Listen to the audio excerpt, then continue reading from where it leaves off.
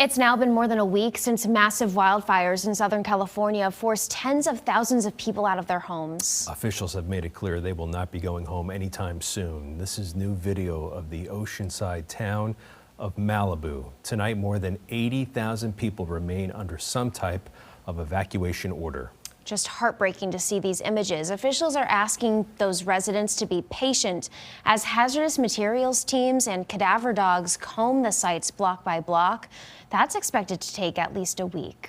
People across our region are rallying to send resources out west to support the victims of the wildfires, and local organizations say there are still plenty of efforts that can use your help right now. NBC5's Anna Goober joins us now from the Red Cross tonight with ways that you can get involved. Anna.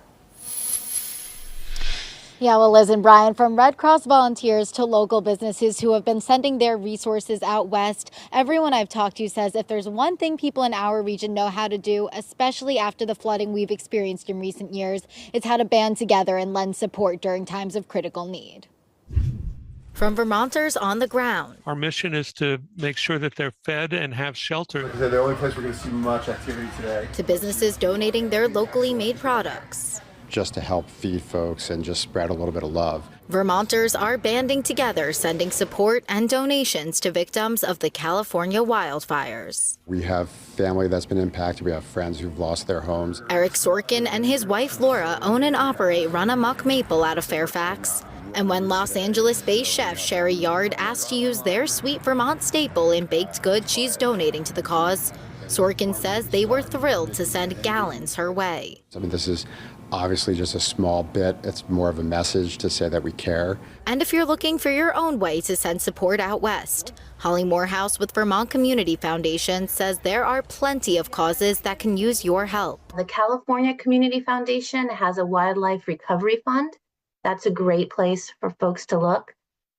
There is also the LA Food Bank, which has a disaster relief fund. Often people want to send supplies or clothes or things like that. And a number of places, organizations that are responding locally are overwhelmed with that right now. So the dollars are helpful. Morehouse says to only use credit cards or checks to make a monetary donation, and that it's always important to verify that your money is going to a trusted source. Use a tool or website like Charity Navigator to make sure that it's a legitimate organization. And it's also important to keep in mind the people impacted are at the beginning stages of recovery, and they'll need support every step of the way.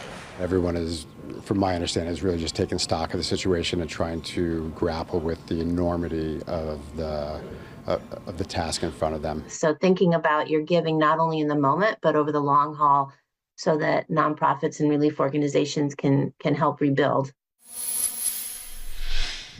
And if you're interested in getting involved in donating to the California wildfire victims, you can find some links to do so on our website, mynbc5.com.